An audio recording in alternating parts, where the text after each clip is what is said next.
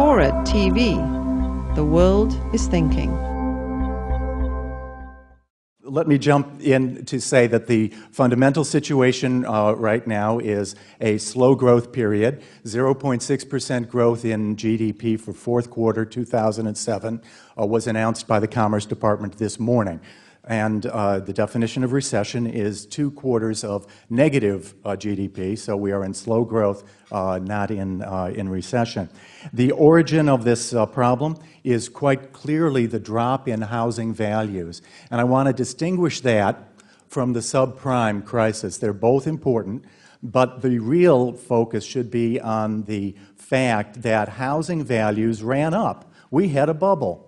And that bubble affected consumption behavior, and now the bubble has popped. Here's some statistics on that. From first quarter of '96 to the last quarter of '06, the value of the housing stock in the United States rose from $6.5 trillion to $20.5 trillion. More than a threefold increase. If you simply kept pace with inflation, it would have gone up by 48%.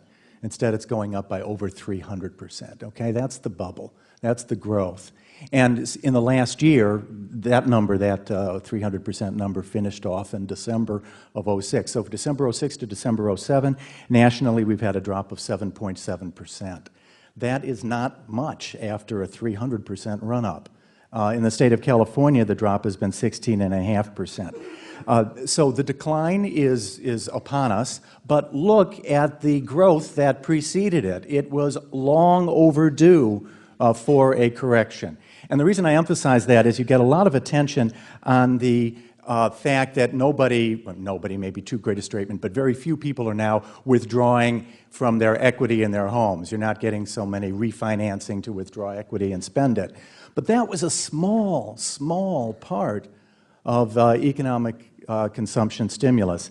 The Federal Reserve Board study, actually authored by former Chairman Alan Greenspan, gave the following estimate that from '91 to 2005, the equity extraction, the so-called mortgage equity withdrawal effect, was an average of 1% of personal consumption, just 1%.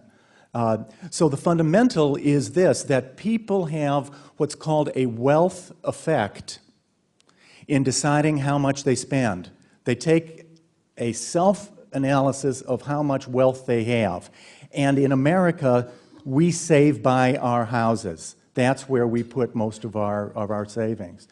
And so with this 300% run-up, we had a concomitant increase in consumption.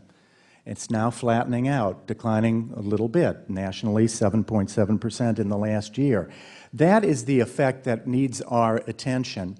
And it's essential in addressing this crisis that we target our relief to that phenomenon. Get people who might leave their homes to stay in their homes, because that's how they save, that's how they build up wealth, and that wealth effect is the largest contributor of the housing sector to the GDP.